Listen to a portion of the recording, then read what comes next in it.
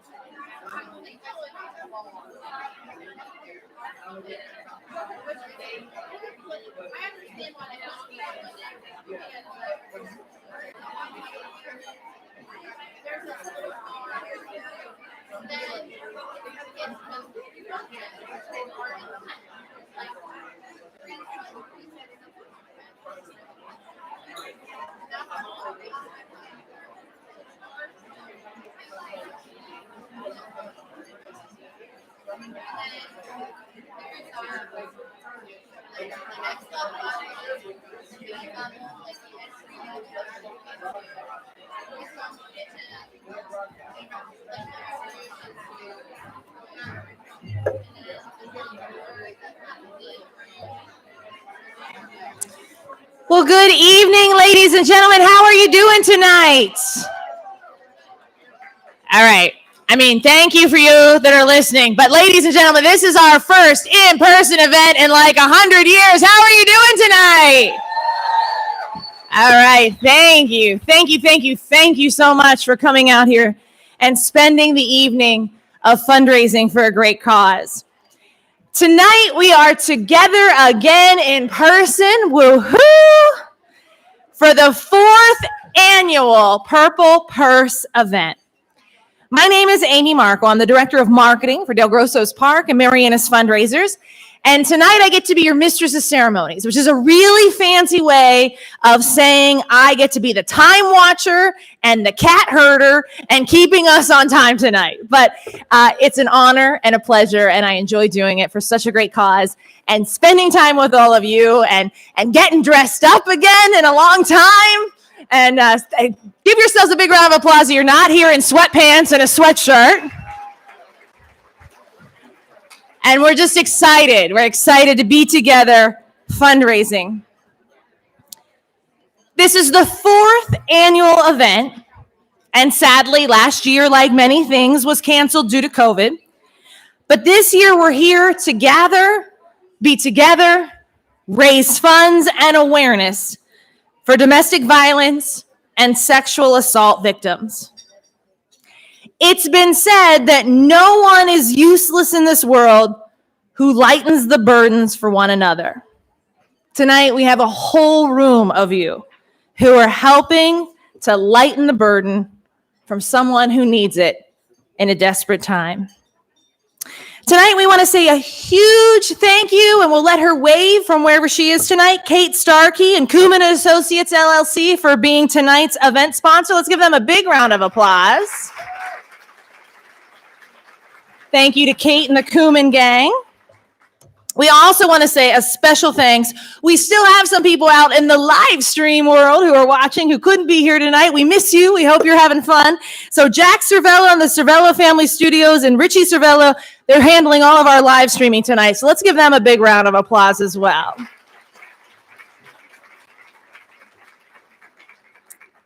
The 4th annual Purple Purse event is organized to raise money that supports the Blair County victims of domestic abuse and sexual assault.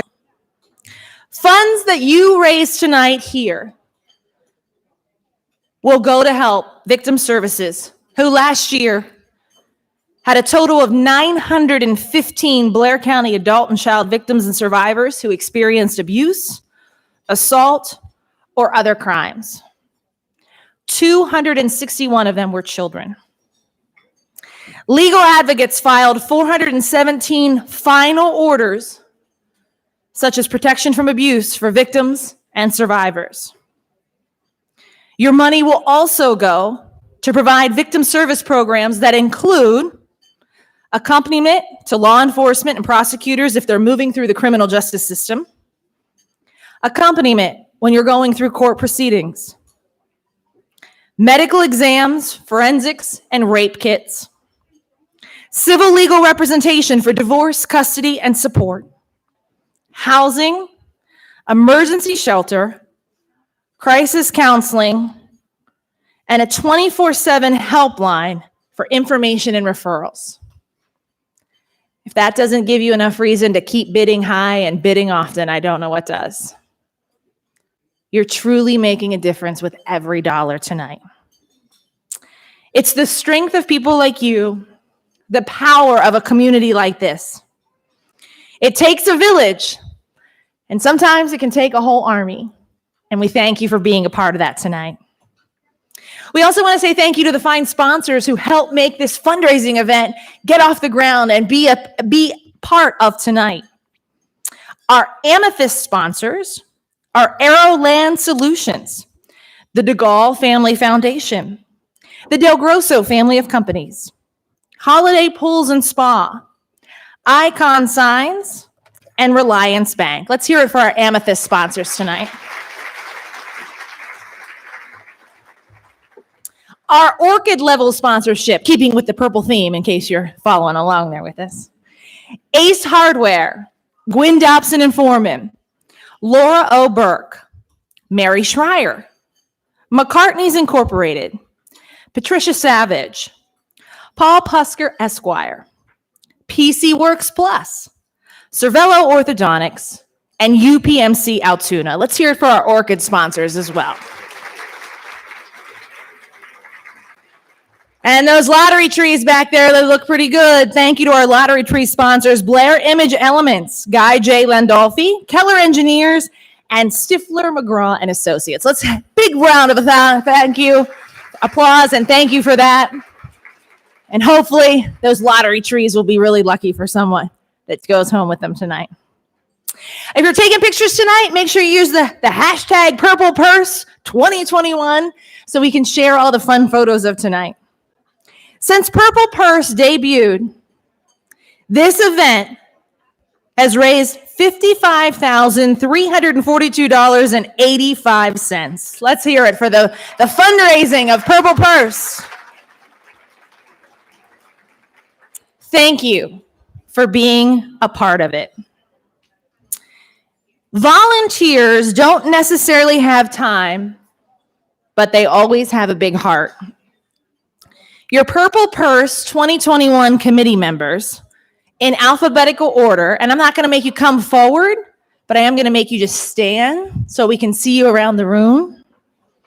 Again, the committee members this year in alphabetical order: Jules Bratton, Marie Cunningham, Ashley Gay Vacco, Cheryl Gonsman, Lisa Hahn, Diane Harris, Catherine Kelly, Jeannie Puskar, Richard Cervella, Angie Singer-Keating, Renee Smith, and Rhonda Smith. Let's give them all a big round of applause as well.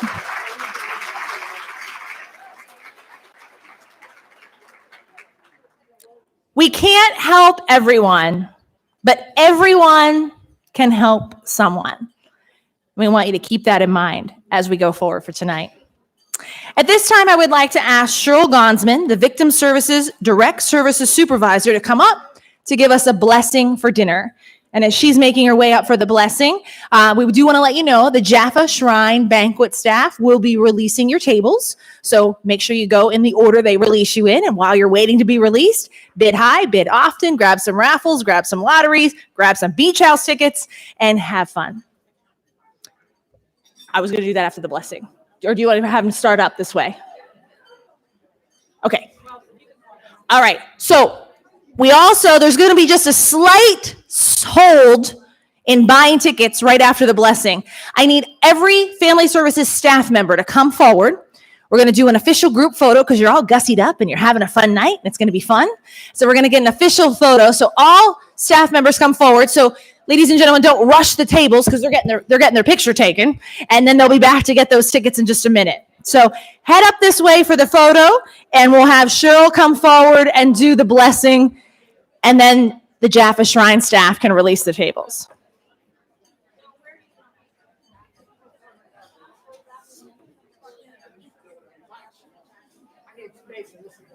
Lisa, is Cheryl here? I'm right here. Oh, okay.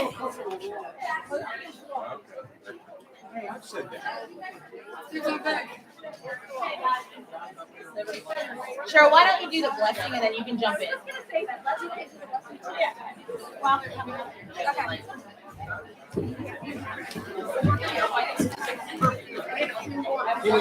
All right, I'm going to go ahead and do the blessing, and we'll go from there. Okay, I'm going to pull this down a little bit. Father God, bless us and our time together tonight. Thank you for your amazing power and work in our lives. Thank you for your goodness and for your blessing over us. Thank you that you are able to bring hope through even the toughest of times. Strengthen us for your purpose. Thank you for your great love and care. And thank you for your mercy and grace. Thank you that you are always with us and will never leave us. Renew our spirits. Fill us with your peace and joy. We give you praise and thanks, for you are alone worthy. Amen. All right, and ladies and gentlemen, while they're up here for their photograph, let's give these fine folks a big round of applause.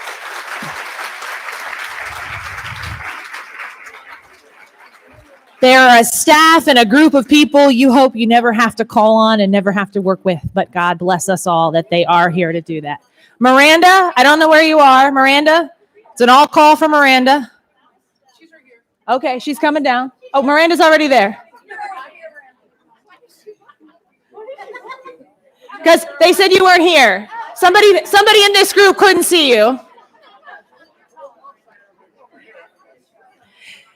And Jaffa banquet staff, you can go ahead and start releasing your tables while they're getting their group photo.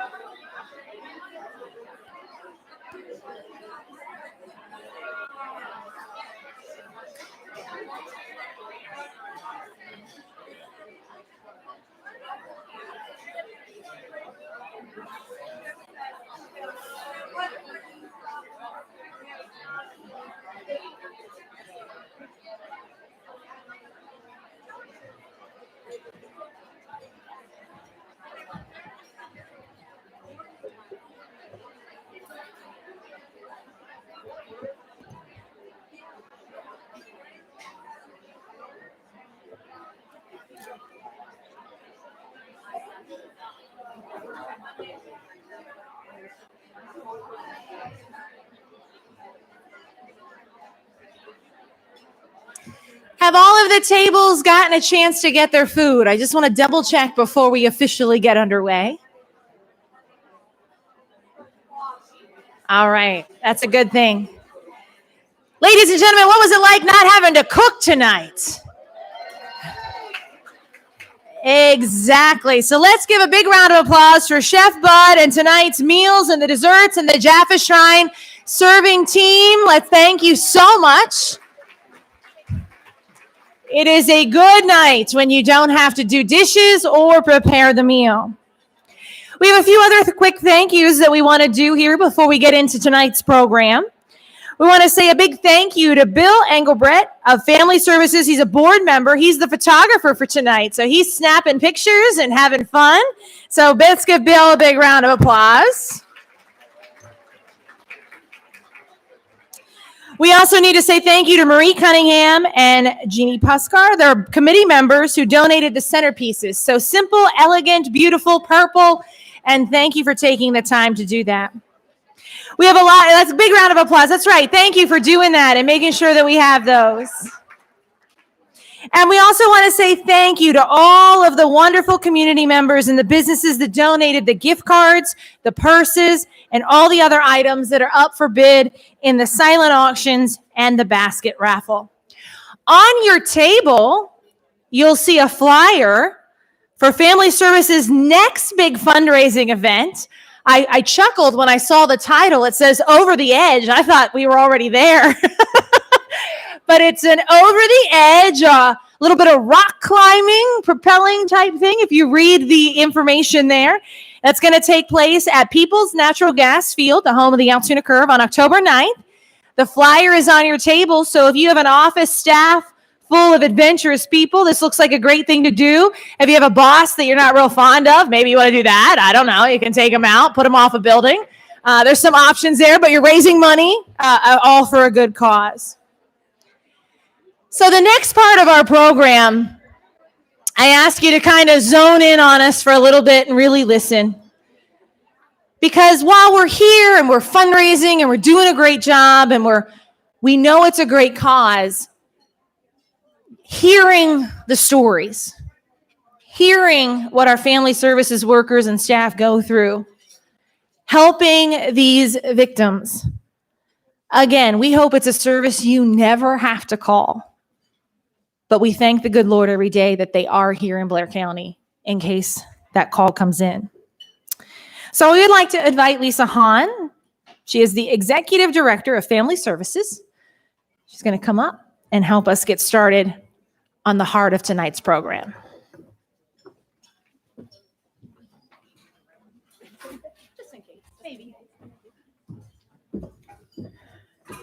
Good evening. As Amy said, I'm Lisa Han. I'm the Executive Director of Family Services, and I want to thank you all so much for coming out tonight. We so looked forward to Purple Purse pre-COVID, and we were so disappointed that we had to keep moving the date, but we know some of you stuck with us and said it's going to happen eventually, and here we all are. Look around the room. Isn't it great to see people together, smiling, having a good time? And along with smiling and having a good time, you're raising funds for a very worthy cause. And I would be remiss if I didn't, again, thank my staff and volunteers for helping put this together. It takes a long time to pull off an event of this size. And they worked at it, and they got through all of the technology training and technological difficulties. I appreciate your patience when you had to stand in the back to check in. You know, it's the first time we've done this, and it's probably the first experience you've had with this kind of thing too. So we're going to have it down pat. It'll be old stuff next year. But thank you for coming. And I need to tell you that we truly appreciate our Victim Services Program and all they do for the community. They are essential, and they continued to be essential throughout COVID, and they made things work in ways that we never thought possible. Victims did not suffer because of a lack of staff to work with them or resources. I also want to mention, since I'm the executive director, I have to remind folks that we don't just do victim services programming. We operate a family shelter that serves men, women, and children. We have the teen center and shelter that serves youth age 12 to 18. We have an intellectual disabilities program that has group homes for folks with special needs, intellectual disabilities, and we provide an array of other services. Our Child Advocacy Center provides services to the community. We provide counseling. So when you think of family services, don't just think of victim services. We are much bigger than that. And we're always growing, and we're always changing to meet the needs of the community. Amy did tell you about the Over the Edge. I have to tell you, that is going to be so much fun, and I hope that you will look at the flyer on your table and watch for the Over the Edge information that's going to come out through Facebook. If you ever did a walkathon where you got a sponsor to sponsor you for every mile you walked, you become an edger with Over the Edge, and you get a sponsor to sponsor you for $1,000. You can go to, let's do the math, 100 people. If you have 10 friends who will give you $100, you're in. Or 100 people with $10, you're in. Is that math? That sounds good. So then you get to go to the top of the stadium and rappel off the side, and it's very safe, and it's going to be fun. We're going to have, look at you going, no. We're going to have food trucks. We're going to have a festival atmosphere down at the bottom. It'll just be a good time, and I have to tell you, I'm going over the edge. I'm looking for sponsors. So don't be surprised if something pops up that says, would you like to sponsor Lisa? Because, you know, I said I'd do it, and I'm going to do it. So on that note, we'll get back to what we're here for this evening. I want to invite Ashley Gay-Vaco to the podium, and she's going to tell you all about her wonderful program.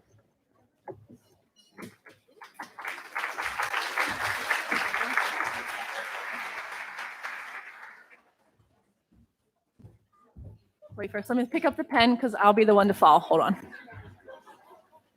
Haven't worn heels in a year, you know, I'm still kind of wobbly on my feet. Good evening, and thank you so much all for being here. I just want to echo Lisa's thank you again. It is so nice, right, to see people. I know we've kind of all been saying it, but it's in my speech, and if I skip it, I'll totally be lost. So thank you all so much. It's so nice to be here, see people, right, put on real clothes, although I think there's something to be said for sweatpants and yoga pants. Lisa, we're going to be talking soon. I think we all learned we can do our jobs in those, so I think that's a great idea. But it's been quite a year, and I am so happy, and we are all so happy to be back, and we're so grateful to be here tonight with you all. Given what we've all been through, the fact that you're here tonight and you're supporting the work that we do is so meaningful to us, and I just want to say thank you for all of you and from the bottom of our hearts. I'd like to take a moment to recognize the Victim Services staff. You all are here tonight to support the work that we do, and I'd like you to get a chance to see those people who do the work every day. So if I could have the Victim Services staff stand up, please. Woohoo! Come on. Thank you. Thank you. Yes. You deserve all the claps. We should record this. I should play it at every staff. No. Stay standing. Stay standing. Because while these people are standing around you, I'd like to take a moment to just talk a little bit about what we do. Please know we are a program of 17 with only 11 people working with victims and survivors in Blair County. Earlier today, Amy told you we served 915 people last year alone during COVID. And I need to tell you, I've been here for 4 years now. That's the lowest number we've ever had. So I'm not a numbers person, thank God. But 915 people served by 11 people all year long makes for, at the very least, some very long and very busy days. Nobody is here who doesn't want to be here. We all have a passion. We all have a reason for being here. And we all feel so blessed, honored, and privileged, I think I can speak for everybody, to do the work that we get to do every day. And we feel so blessed, honored, and privileged that you all support it and understand the reason behind it. So thank you all again for being here. You all can sit down now. Thank you.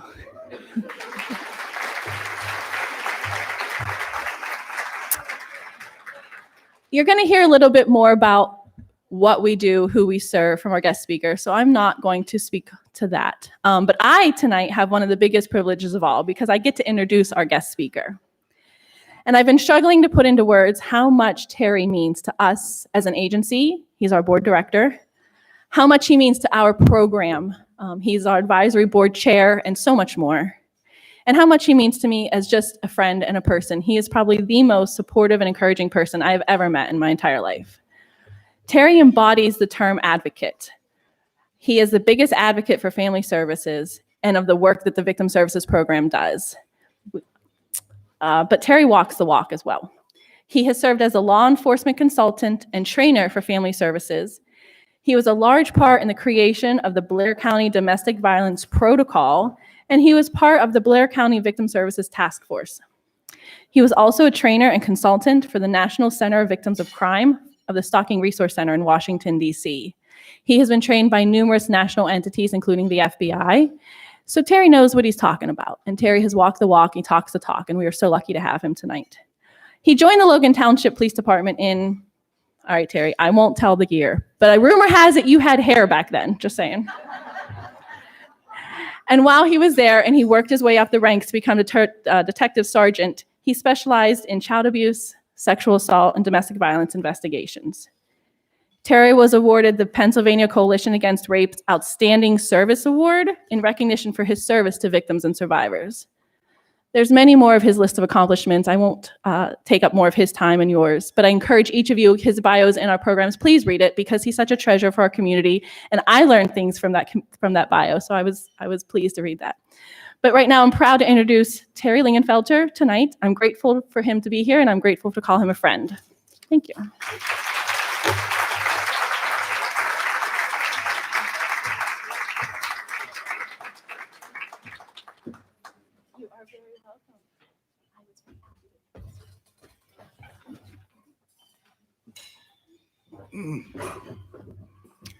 Well, I am glad that Ashley had indicated and did not give the dates that were in the biography because I was going to tell you I graduated high school when I was 11. So, and I want to thank her for that introduction. I want to thank all of you for being here tonight. I'm going to be giving you a thumbnail sketch of my evolution with domestic violence and family services. Monsters are real, and ghosts are real too. They live inside us, and sometimes they win. That is by a quote by one of my favorite authors, Stephen King. As dark as he may be, I enjoy reading what he has, and his quotes mean something. And that quote meant something to me. And I'm going to say to anybody out here that has ever experienced domestic violence that they know the monster and they know the ghost that fuels the monster. Again, as I said, I'm going to give you a thumbnail sketch of my evolution. I can tell you right now, I'm going to be touching on things that Ashley's team could put together a 6-hour program for. So I want to encourage you, if you hear me say something and you don't understand it, if you want to find more information about it, please contact Family Services. You'll get an answer. I guess the first thing I want to do is put time into perspective. Modern humans have been around between 200,000 and 300,000 years. Domestic violence has been around about the same time. It's been around since the beginning of time. Sexual assault has been around since the beginning of time with modern man, modern humans, and domestic violence, sexual assault, and child abuse has been around since the beginning of time. When I was in grade school, and that's another reason why we didn't talk about any years here, grade school, junior high, and high school, I had no idea what domestic violence was. Not an inkling. We didn't have the speakers coming to school. We didn't have any kind of classroom speeches about domestic violence. There were no TV ads. There was nothing out there to talk about domestic violence. Matter of fact, in the terms of domestic violence, it didn't exist. Domestic violence did, but not in those terms. When I went to school, I thought every kid that I went to school with was going home to the same thing that I was. A loving family. We certainly had our arguments. My dad was a truck driver, so I guarantee you we had our arguments. But there was never violence. And I certainly learned later on that I was so very wrong what those kids were going home to.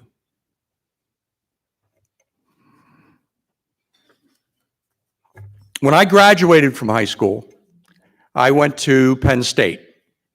I was in the, for those of you that remember, back then you went to the Altoona campus for 2 years and you went to University Park for 2 years for your major courses.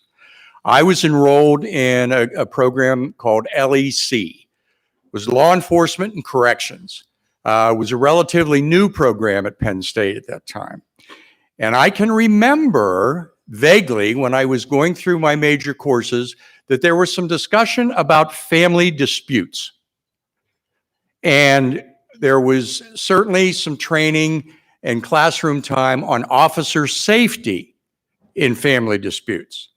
But there was absolutely nothing, and I'm certain of this, about the dynamics of domestic violence.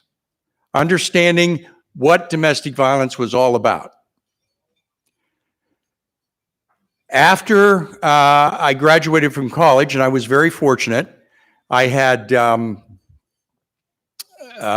was doing an internship with Penn State, and the County of Blair hired me. I was an adult parole officer. And I can remember then, I supervised a lot of assault cases. I supervised cases where husband and wives were involved, but there was never, ever a reference to domestic violence. It was just an assault. That's all. There was nothing that you looked at in those cases that you could do for anybody. It was just a man assaulting a woman. Again, no reference whatsoever to domestic violence. And we rarely had a case where there was a husband and wife assault per se. And we'll talk a little bit about that a couple minutes from now and why that was. When I left the parole office, I went to Logan Township Police Department. And again, for a perspective of time, when I did that, you could be a police officer and be in the street for a year before you had to go to the academy. Today, you can't even touch a weapon until you've graduated from the police academy. My first few months I hired in August, and Christmas Eve, I worked by myself, 4 to 12. because we couldn't, the township at that time had call-offs and they couldn't afford to have another officer on. At the time, the budget was where it was. So I went through that period of time, and in January, I went to the police academy. It was a full-time academy in Greensburg, run by the Pennsylvania State Police. Great organization. And we were taught by state troopers. We lived in Greensburg, and we were taught by troopers. And the education was excellent. But again, we're going back years ago. There was training on family disputes or domestics. It was officer safety. We were concerned about how to make an arrest. We learned about the laws, and we learned what to do with a victim to protect them. What do you think that was? Try to find them a place to stay. That was how we were to protect the victim. There were no resources at that time. Very, very limited. When I graduated from the academy, I think I was the same as any other young police officer. I had my training. I was smart enough to know that I got a basic education from Penn State, an excellent one, but I was only going to learn through experience. So what was my first experiences? Frustration with domestic violence cases, which again, by the way, were not called domestic violence cases then. They were domestics. The laws were frustrating. We couldn't arrest. If we went to a call for domestic violence and we had a victim there who had a black eye and we didn't see it occur, or their injury didn't amount to a felony, we couldn't arrest the perpetrator.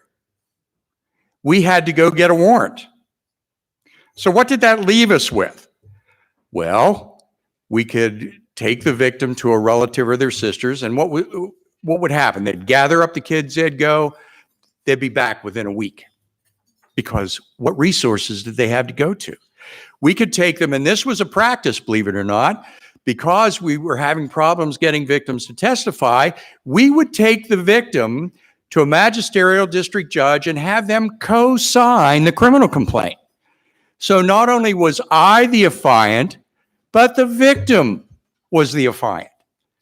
Can you imagine going back and arresting a perpetrator, and and I'm using he, the term, there are male victims of domestic violence, but the percentage is extremely small. But can you imagine him reading that and looking at the victim and not being able to make bail and going to jail? Don't you think that name, the victim's name, is going to stand out to him? That is going to be where the retribution comes into play. And the other thing, of course, that we could do is just counsel them and leave the victim with perp. So you have a co-signed complaint, which, especially if the perp goes to jail, do you think he's going to be happy? No. We can take them to family and get them out of there that night, but they're going to have to go back. There's no resources for the children.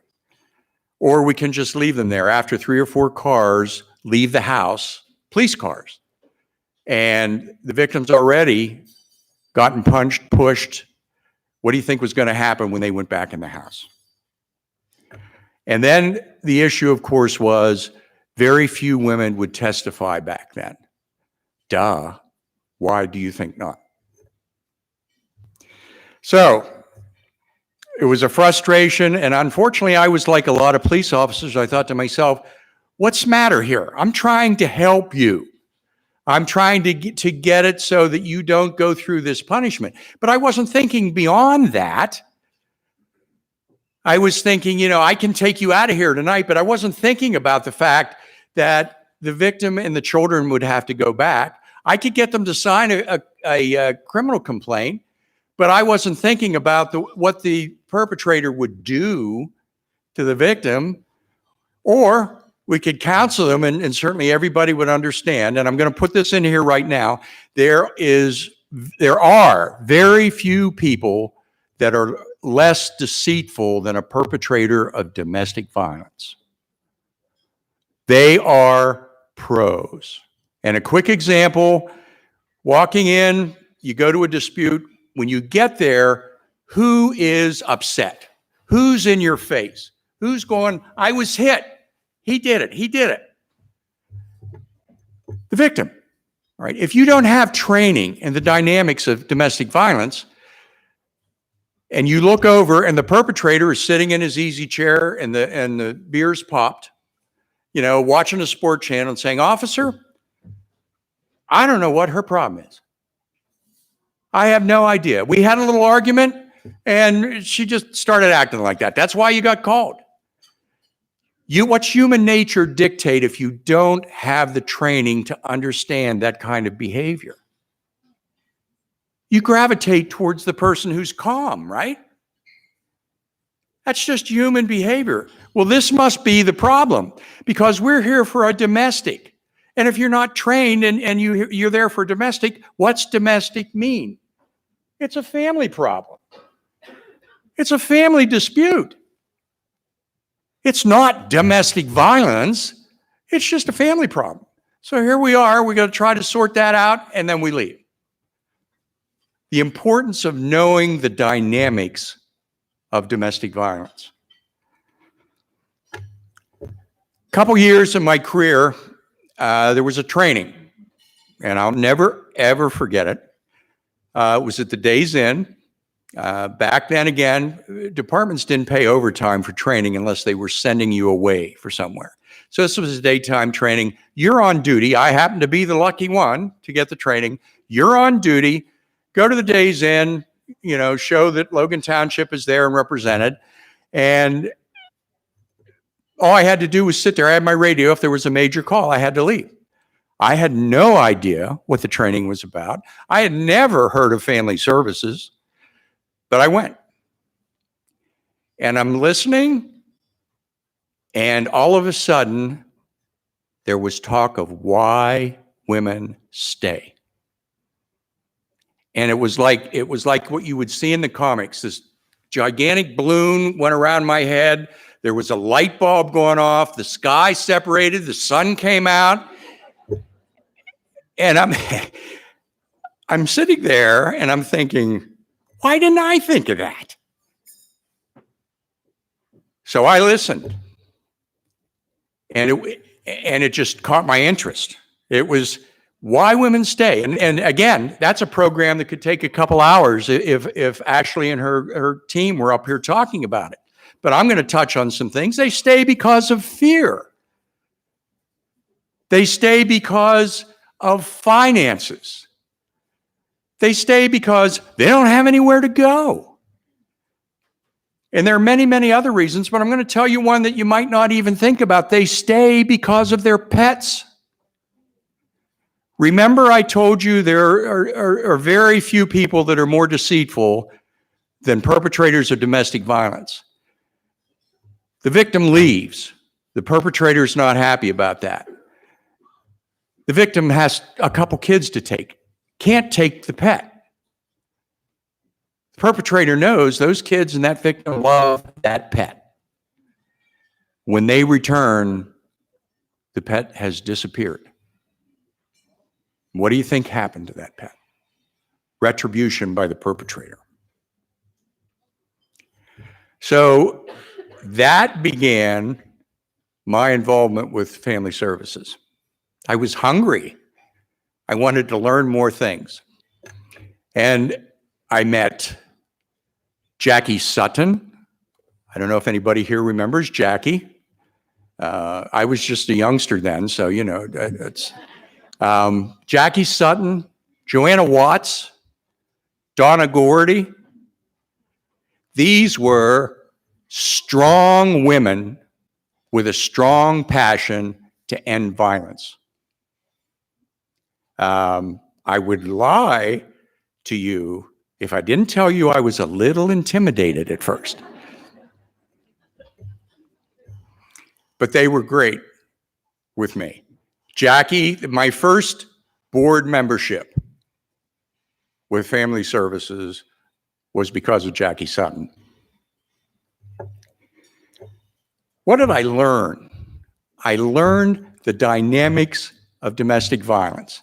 And in my programs that I've done in the past, and I'm going to tell you this now, domestic violence, child abuse, sexual assault are like no other crimes that are investigated by law enforcement. When I did trainings to law enforcement, I emphasized that. Why is that? Because the dynamics are different. It's not like going and investigating a burglary or going and investigating a theft. The dynamics are entirely different. And if you don't understand those dynamics, you can't, as a police officer, you can't do your job effectively. Domestics. That was, and that term is still used by dispatchers. Again, what do you think of when you think of that term? It's a family problem. Today, when they dispatch to a domestic, officers are trained. They understand that they're responding to a domestic violence call. And if you've noticed, I have not used the word domestics other than explanation once. It's domestic violence to me under any circumstance. You learn that those designations that are made can affect the way a police officer reacts to a situation. And not knowing the dynamics of those offenses, you cannot deal with them effectively. It's understanding complicated human behavior. Information is knowledge. And family services was that vehicle for me. So let's just take a moment and think about the resources that I saw happening during that time as I was growing as a police officer. The domestic abuse shelter. Think of how important that was. We had, as police officers, we had a place to take victims and take their children, a safe place. Victims had a place, if they weren't involved with us right away, they had a place they could call and go to, a safe place, a place that they didn't have to return home because they didn't have the finances or the ability to be able to maintain a way of living. Advocates. And Ashley had mentioned advocates. And it made my head swell a little bit that she referred to me as an advocate because they're so important. They guide victims. They do court accompaniment with victims. They lead them in the right direction. They fight for them. And if you've never been around and seen an advocate fight for a victim, you're in for a sweet surprise when you see it. Very, very important for a victim. Community programs. Getting out there and speaking to the community. Community awareness. General awareness. Awareness for police officers. Awareness for schools. Awareness for the whole community. Domestic violence is not a police problem. It's not just a victim problem. It's a community problem. And family services was out there and is out there educating the community. It created that awareness. I can still remember Judge Peoples coming.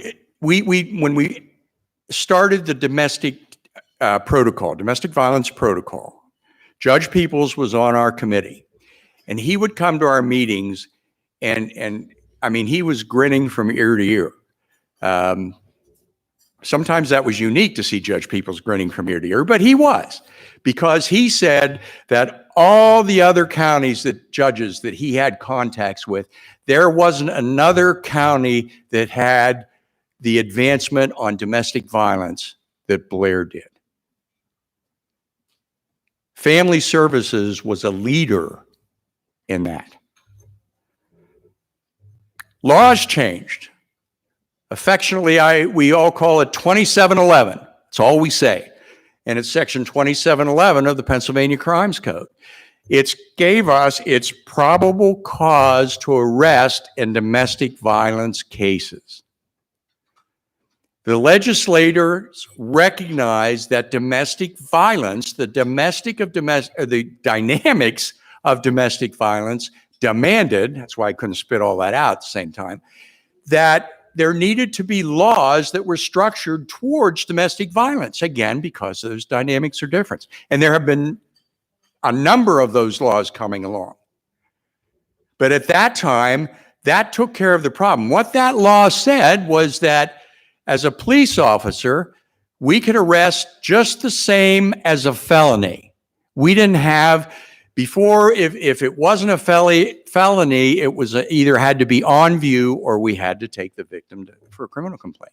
This law changed that. So, and the law said either signs of recent physical injury to the victim or corroboration. That meant if the telephone was ripped out of the wall, and I'm aging myself again, but if the telephone was ripped out of the wall, the sofa was turned over, that there was a hole punched in the wall, that was corroborating evidence. And we could arrest on that under Section 2711. Stop grant.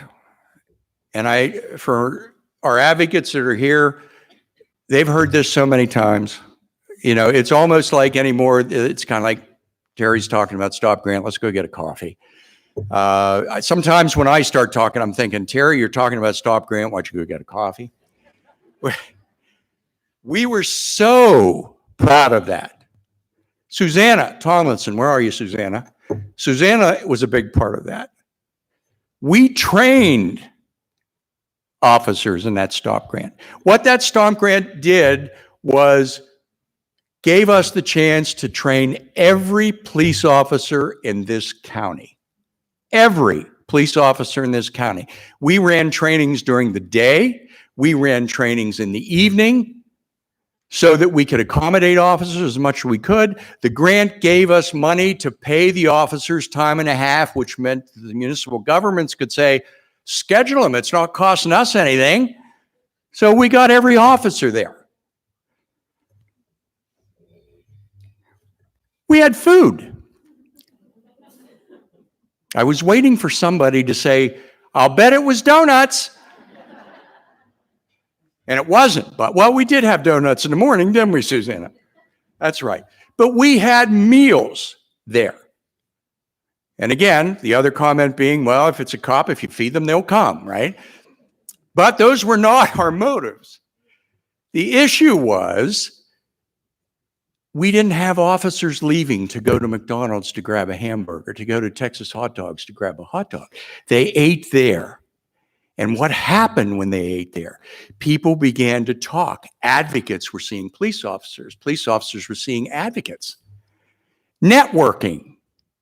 That's what it was.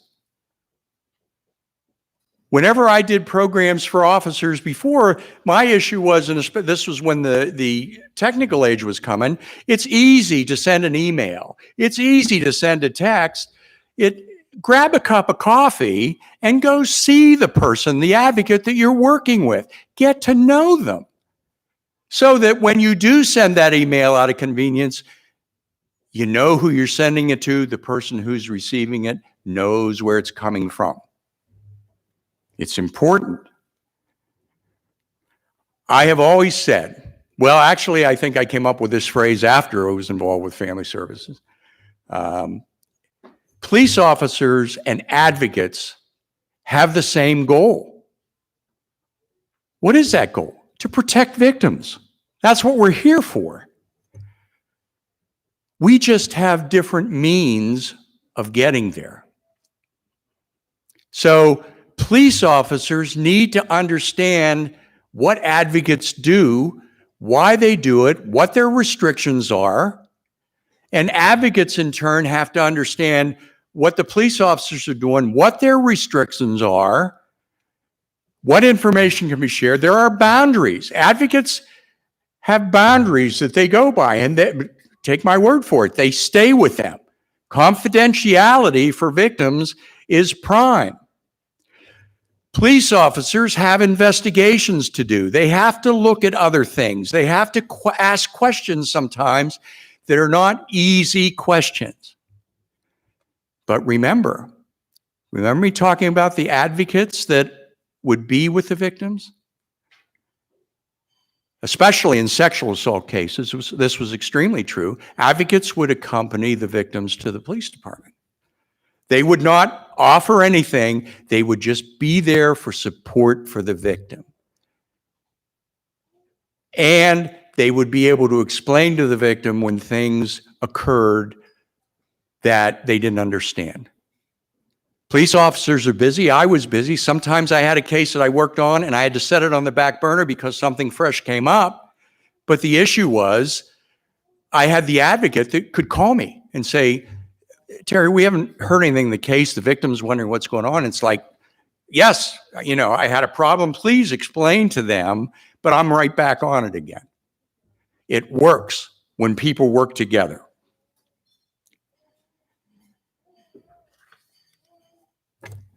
Evolution.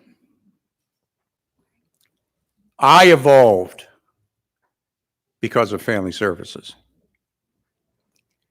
They made me do my job better. I'm very thankful for that. But when you look at the evolution, there are other things to look at. The changing times. Times change. You have to adapt. There's new needs, different needs, new programs that are more effective. Family Services does that, and they don't make those changes lightly. They research those changes. They see how effective those changes were in other places. They come up with more and new effective programs, improving what they already have. We have a Men Helping Men program. Now, years ago, if I was thinking that you were going to take an abuser in and train them to change their pattern of behavior, which domestic violence is, I'd have just shook my head and said, that doesn't happen. Family Services is doing that. It's not just the victims, because they know you've also got to work with the abusers. Family Services is doing that. They're heavy into social media, far beyond my capabilities, folks. I can tell you that. There's a hotline. You'll look on your brochures, you'll see how many different ways you can contact Family Services if you need them. So I'm surprised that Lisa has not thrown something at me here. I've been rattling on. So I want to say to you, was that whistle? Okay. If I sound like a cheerleader for Family Services, I am. One of their biggest. Now, you look and say, well, you're president of the board of directors. That's why. That's true. But the reason I am such a cheerleader is because I started with them on the ground floor. I've seen what they've done. I've seen the accomplishments. It's a great agency. And you hear me say that a lot of times. And the thing that I've been with around Family Services, I haven't figured out yet why they haven't got rid of me, but I've been around for 40 years. And I've seen great people. And I've seen those great people being replaced by great people. People that have a passion to protect victims. And truly, as a retired police officer, and when I was a police officer, that's what it's all about. We've come a long way in 200,000 years. Most of that way, 98% of it, has occurred in the last 50 years. But I want to thank all of you for being here tonight, for supporting Family Services, for supporting the fight against domestic violence, sexual assault. It's important. We can't do it without your support. We have to continue to protect victims, because sometimes the monster wins. Thank you.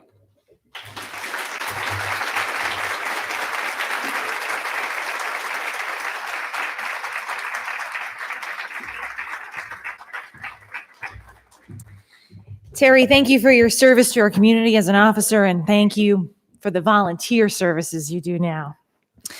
All right, we're ready to do a little bit of live auctioning. We're going to just keep you up to date on everything else that's happening. 8:30 silent ends, so check your app, see where you are. It gives you notices if you've been outbid, so keep up those bids as well. But we are going to do our live auction piece now, and this purse is up front. And this year's live auction purse, it's a combination rose gold Michael Kors bag and pouch. Now, for the live stream folks, we do apologize. This bag is only up for those in attendance here tonight. So there's got to be some perks for coming together and being in person. So the live auction part is only in-house in our four walls here tonight. But we don't want our live streamers to go anywhere and keep bidding on the online items. Not only do you get the awesome purse set up front, you receive a 1-hour session of your choice from the Circle of Life Holistic Health Center Incorporated. So quite the package there. You don't have bidder numbers per se, but you have bidder numbers for silent, but for live auction. So I need to see hands in the air. It is dark in here, and it is true that after 40, the eyesight does start to go. So I can see the back of the room there. But if you are bidding and I am not acknowledging you, or one of our spotters is not acknowledging, get loud, get crazy, make sure we see you, okay? It's not Christie's auction house. If you raise your pinky, I'm probably not going to see it. I'm not going to know that was a bid, and we won't be able to help you there. I am also not a professional auctioneer. I do this out of the kindness of my heart to help out these great folks, so bear with me as we get going with mathematics as well. Our opening bid tonight, let's go at 200. Tonight's the night to raise money, and that's what we're here to do. Let's start it at 200. Do I have an opening bid at 200? 200. Thank you very much. And you did the right thing. You got my attention. Let's go 210. 210. Looking at you're supposed to be Vanna. 210. I got 210 in the back. Let's go 220. 220. We've got 210. We've got 220. Let's go 230. 230. We've got 230. We've got 240. Let's go 40. 240. 240. 240. Let's go 250. 250. 250. We've got 250. Let's go 260. 250 looking for 260. 250 looking for 260. 250 looking for 260. We got 260 in the front and 260 there. So now let's go 270. We've got 270. 270 going to 280. 270 looking for 280. We're at 270. 270 looking for 280. We've got 280. Let's go 290. 290. 290. Let's go to 3. Thank you. Woo! Keep it in those even increments for me. 300 up here. Let's go 310. 3 in the front going 310. 3 in the front going 310. 310, 320, 320, 310 looking for 320. We're at 310 looking for 320. We got 320. Let's go 330. We got 320 looking for 330. We got 320 looking for 330. It's $10. We've got 330. Let's go 340. 330 looking for 340. 330 looking for 340. You've spent $10 on dumber things. It's fine. 330. We got 340. Let's go 350. 340, 350. 360. 360, 370. It's $10. 370, 380, 380, 390, 390, 400. Oh, 390. Who's going to jump in here now? See, it has 2 parts. We've got 390 in the front. Look at that. That's worth another $10. 390 looking for 4. I'm sorry? The whole table at 17. You could each have it for a month. 390 in the front looking for 4. Think about it. Oh, we got to see? There's 2 bidding. Are they the same table? Well, they're going to have to split it up a month. Oh, okay, we're at 4. Oh, we've got a green dress. Okay. You're at 4. 410. 410. 420.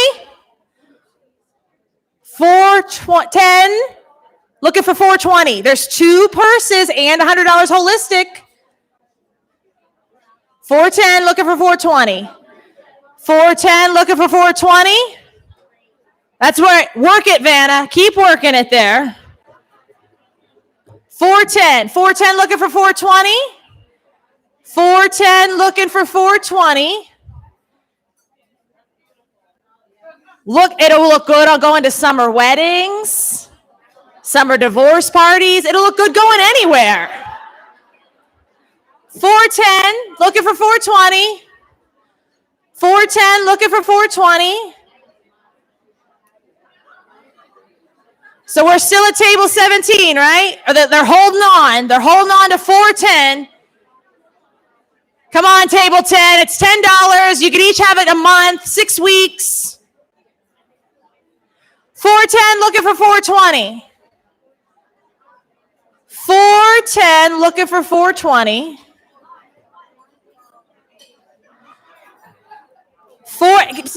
Shop it around table 10. Let them touch it. Hold on, 17. If they get excited, then we'll come back and you guys can touch it again. Work it. Yeah, okay, there we go. 410 looking for 420. How did it feel? Did you like it? It would look nice. It is really nice, she says. I don't know if that helps or not. 410 back at 17. 410 looking for 420. 410 looking for 420. 410 looking for 420. Going once. Going to, oh, table 10's going to touch it again. Oh, they're working the zipper. I'm so glad that I got to remember this is live streamed. I got to be careful how I narrate this. Now they're in the small pouch.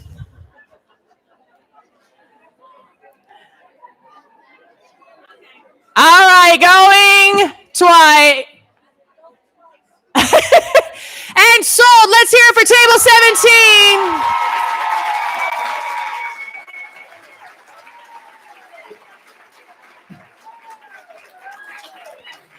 Congratulations. That photographer, that deserves a photo. That they should have their prize. Vanna, come on down. 17, the winning bidder and whoever you want to bring with you. Come on down. Let's give her a big round of applause.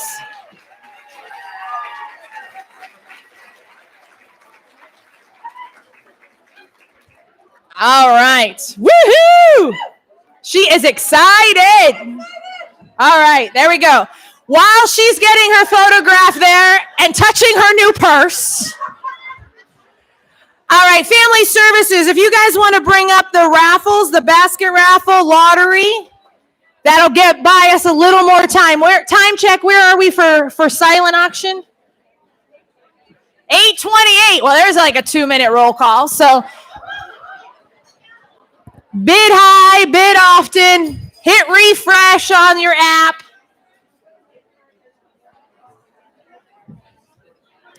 Now let's go over a few housekeeping rules with our fun, high technology, fancy app work. So if you're the winner of a purse tonight, you're going to be notified. It's going to say, you're a winner, okay? The invoice is going to pop up on your phone, on your account. You can pay directly from your phone. How do you like no checkout lines? Like, how awesome is that going to be? Okay? You pay directly on your phone with the card you have on file, Apple Pay or Google Pay or him pay, she pay, whatever. You just get it paid. Then when you come over to pick up your bag, you're going to show your receipt. You're going to make sure you show your receipt. The idea is to raise money. We don't want to have to call you in and say you're stealing bags. Like, let's have a good night tonight. So you'll show that receipt, and then they will release your bag to go home with you. All right, which raffle are we doing first here? All right, these are your lottery trees. Is it the same one or is it a different basket? We'll pull 2 of these. All right, the first lottery tree. It is a pink ticket. 840830. The lottery tree. This is one of the, there's 2 of them. We're pulling the first one. 840830. 840. Pink ticket. Pink ticket. This is where I hear a woohoo. I don't hear a woohoo yet. 840-830. There we go. Woohoo! All right, take your little ticket, head back to the lottery tree area. All right.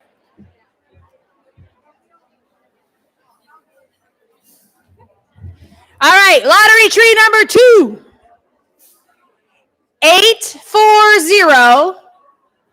840-925. 840-925. I heard the ahs. Now I need the woohoo. Yay! All right. They'll help you with your lottery trees in the back. I will have you take those. All right. 831. I'm going to look to my good friend Lisa over here. Does the app shut down and sirens go off, or? We don't.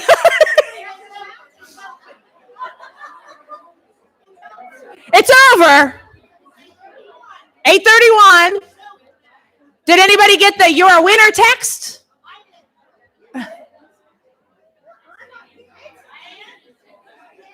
Anybody get the "you're a winner"? No?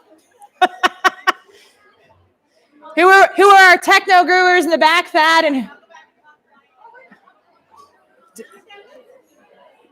yes? No? Yeah. 50. Oh, should we do a countdown? 50 is a long time. Let me know when it's at 10 seconds. And then we'll do our countdown. Your hand bid app, everything. We've learned a lot this year. We have learned a lot this year.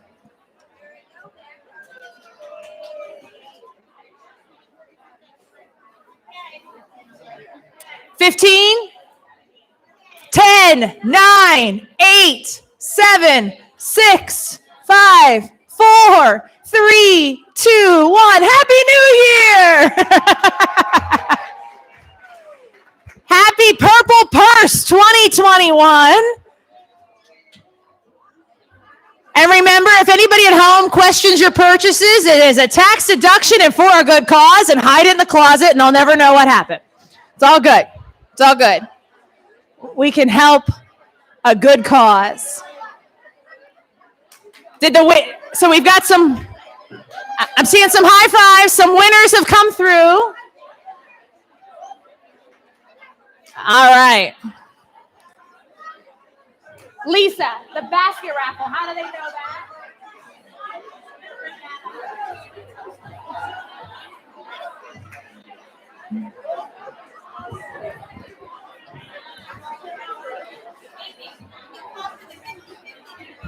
All right. If we can have the 50-50 tickets brought up, we'll do our 50-50 drawing.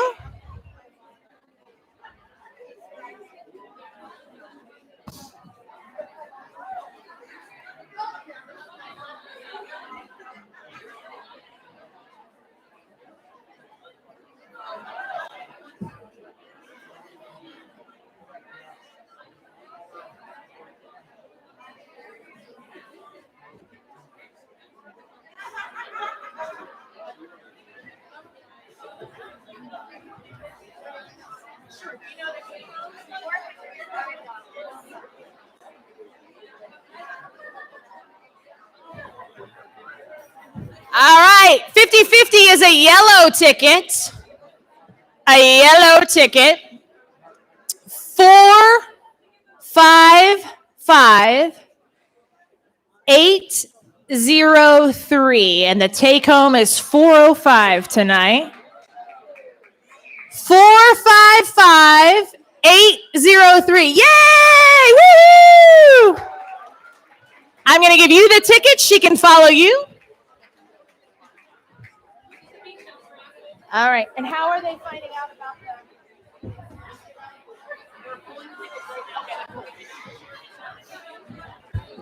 All right. And who wouldn't love to go to the beach? You can enjoy some time in beautiful Ocean Isle. Thanks and compliments of Bill and Jules Bratton. We're going to spin those tickets. Spin, spin, spin.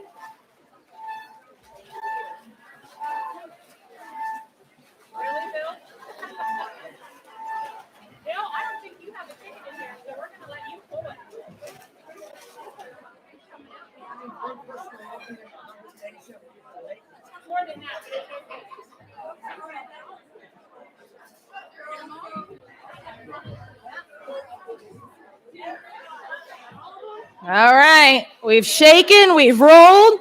Bill, the photographer, is going to reach in there and let us know who's going to go to the beach.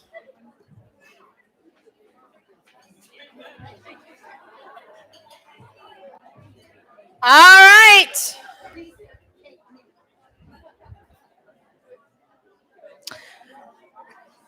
Katie Wolf from Hollidaysburg, ticket number 319.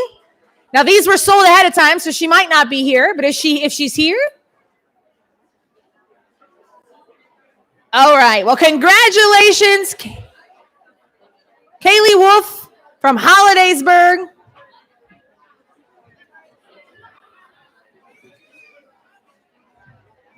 All right, they're bringing me the baskets that were along the wall. Purple one. All right, the purple basket, come on down, 75906. These are the little blue tickets that you had a whole bunch of. You had 26.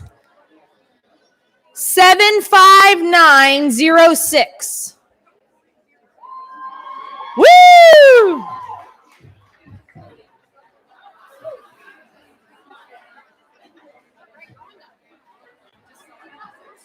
All right, the Altoona Curve bag, 75656. 75656. Come on down.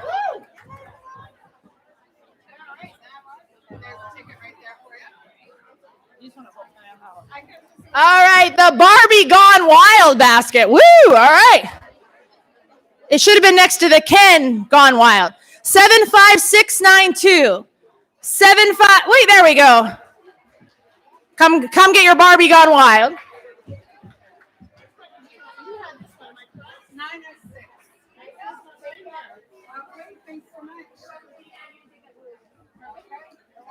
No confusion on the stage.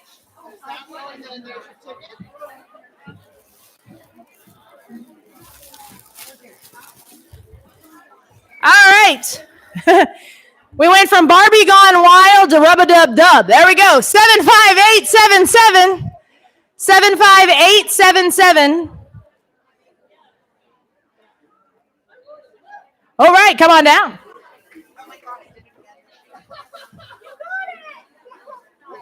Hold it up.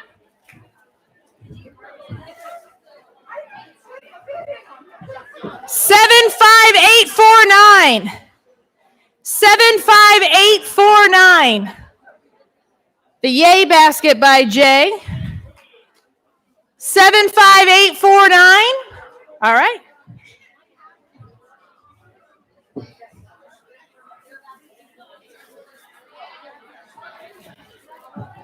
This is the Treat Yourself basket. 75891. 75891. All right, we like the yoo-hoo.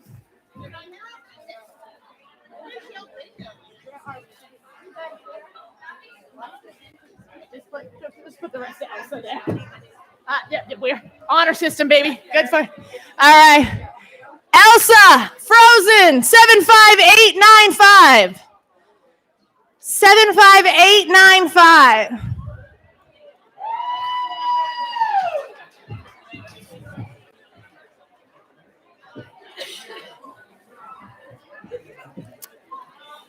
The Lotus basket, 75866. 75866. 7586. Woohoo! Come on down.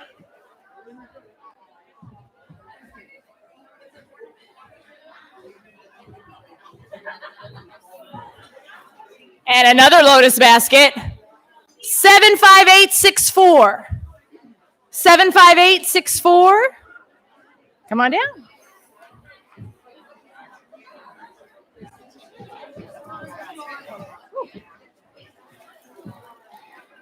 A mom's night off basket. 75908. 75908.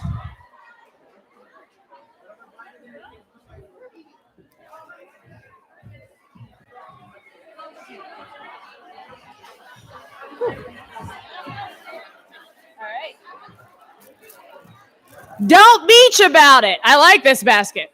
Don't beach about it. 75858.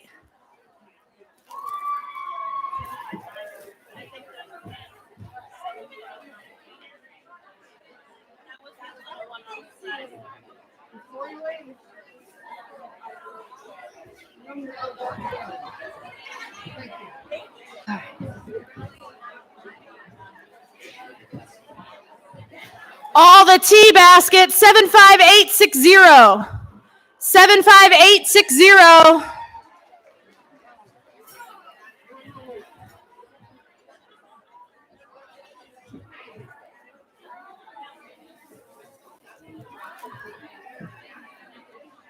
Dreaming about donuts, 75857.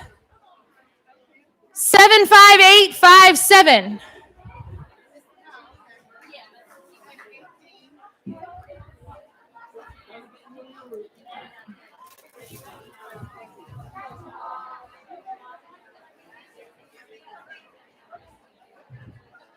Getting rid of it.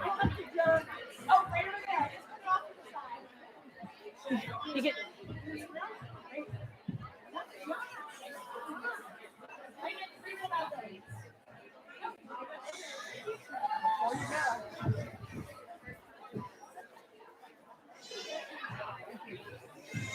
So after you had your donuts, here's the workout basket. 75931. 75931. Come on down.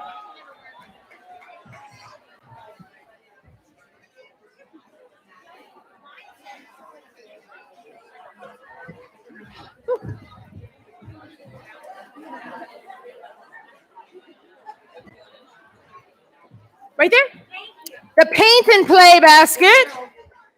75814. 75814.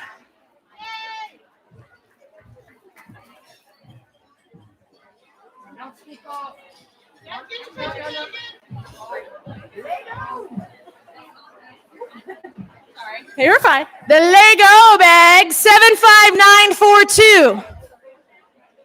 7594.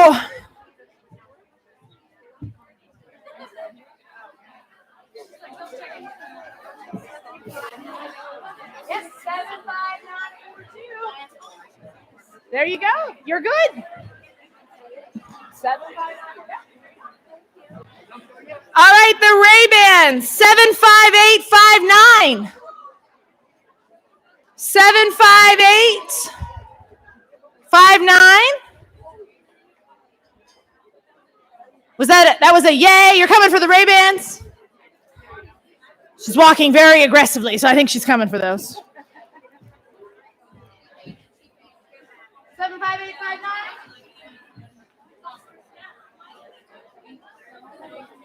Nope, we're good. Honor system, because I can't see. All righty, here we go. The Warmth and Wealthy basket. 75886. 75886. All right.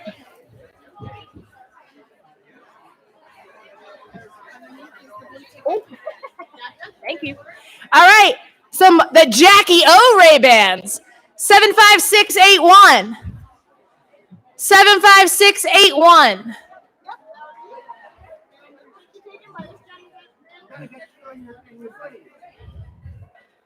All right, she's coming aggressively as well.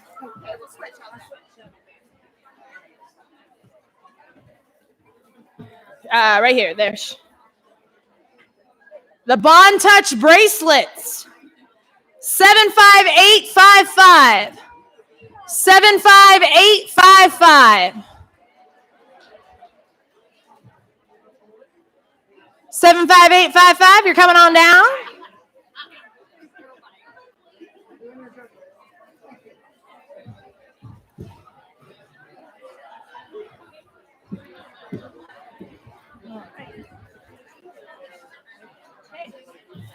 All right. The sweet basket and gift certificate, 75925. 75. There we go.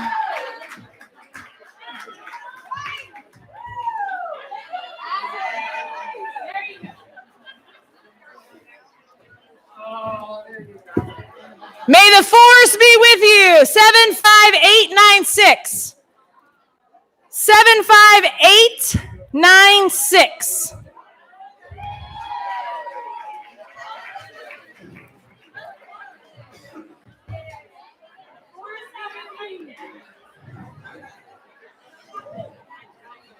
But thank you. All right, Eternal Wellness, 75835.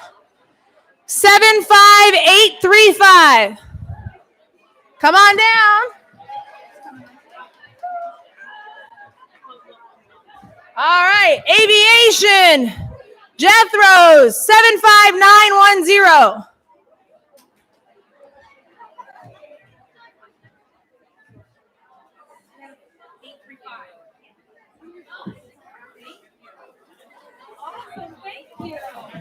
A Night Out at the Movies, 75842. 75842.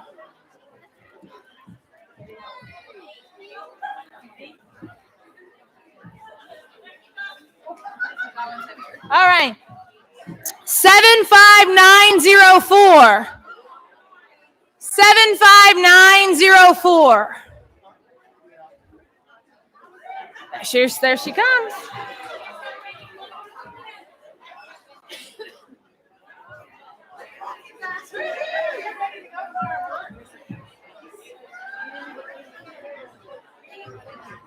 Seven 75858. 75858.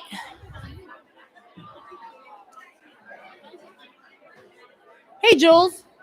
In my phone or my blue ones, I have no idea my number. Right? Yeah. 75858. There we go.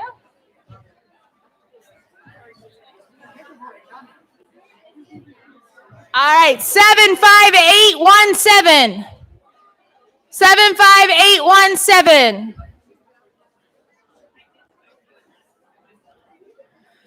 75817. You're gonna have your car cleaned. That's like awesome. There we go.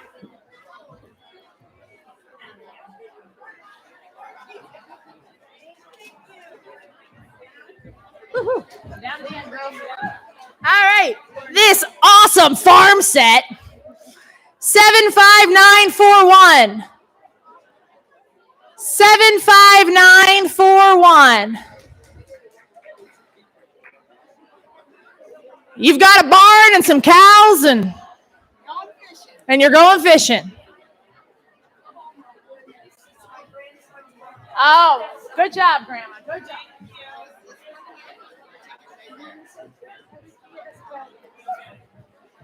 All right, our artwork, 75873.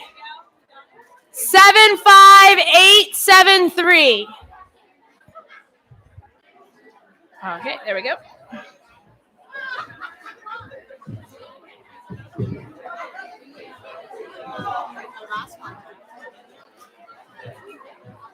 Shine bright like a diamond, Beer Bowers, 75905. 75. That's right, man. Woohoo! Come on down, 75905. So, ladies and gentlemen, are you ready to come back next year for Purple Purse 2022? It will be an honor to see you again next year. Don't forget about the Over the Edge in October. Helping one person might not change the world, but it could change the world for that one person. Thank you from the bottom of our hearts. Safe travels. God bless, and we'll see you next year.